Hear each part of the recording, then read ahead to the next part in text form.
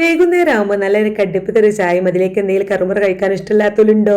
ഇല്ലല്ലോ. അപ്പം ഞങ്ങൾ ഇന്ന് അങ്ങനെ എന്തെങ്കിലും വാങ്ങി കഴിച്ചാലോ എന്നുള്ള ചെറിയൊരു പ്ലാനിലാണ് കേട്ടോ. അപ്പോൾ ഇതുമ്മോനോട് ഞാൻ ചോദിച്ചു, കടയിൽ എന്തൊക്കെയുണ്ട്, അവിടെ എന്തൊക്കെ ഐറ്റംസ് ആണുള്ളത്, അവർക്കെല്ലാം അറിയുള്ളൂ, നമ്മളങ്ങനെ കടയിലൊന്നും പോവാത്തല്ലേ. അപ്പോൾ അവൾ ഇന്ന് അതുണ്ട് ഇതുണ്ട് എന്നൊക്കെ പറഞ്ഞാൽ അതിൽ നിന്ന് ഞങ്ങൾ കുറച്ച് ചെറിയ ഐറ്റംസൊക്കെ വാങ്ങാം. അങ്ങനെ മധുരം ഉള്ള സംഭവങ്ങളൊന്നുമില്ല, ചെറിയൊരു കറുമുറു കടിച്ച അങ്ങനെ കറുമുറു എന്ന സാധനങ്ങളല്ലേ, അങ്ങനെ എന്തെങ്കിലും വാങ്ങാമെന്ന് അവൾ ഇറങ്ങാൻ നിന്നപ്പോണ്ട് നല്ല വെയിലായിരുന്നു കേട്ടോ അതുവരെ. അപ്പം അങ്ങോട്ട് ചെറുതായിട്ടൊരു മഴ പെയ്തു. ഈ കുറേ ദിവസമായി പെരും വെയിലല്ലേ.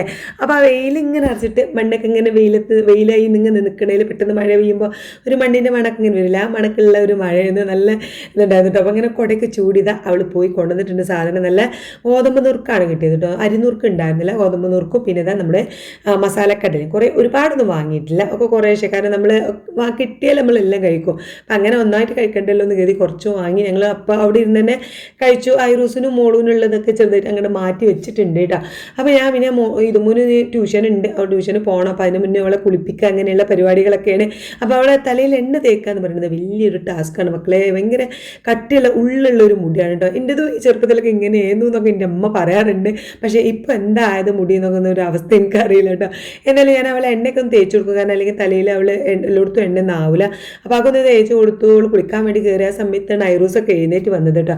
അവർ നല്ലൊരു ഉറക്കൊക്കെ കഴിഞ്ഞ് വരികയാണ് ഐറൂസും മോളൊക്കെ. അപ്പോൾ പിന്നെ വന്ന പാടെ അവന് ഫുഡ് കഴിക്കാതെ എന്ന് പറഞ്ഞിട്ടുണ്ടായിരുന്നു. അപ്പോൾ ചോറൊക്കെ കഴിച്ചുകൊണ്ടിരിക്കുന്നുണ്ട്. അപ്പോഴാണ് മോളൂൻ്റെ ഹസ്ബൻഡ് വിളിച്ച് പറഞ്ഞത് ഒന്ന് പുറത്ത് പോകണം, ഐറൂസിൻ്റെ മുടി ഒന്ന് കട്ട് ചെയ്യണമെന്ന്.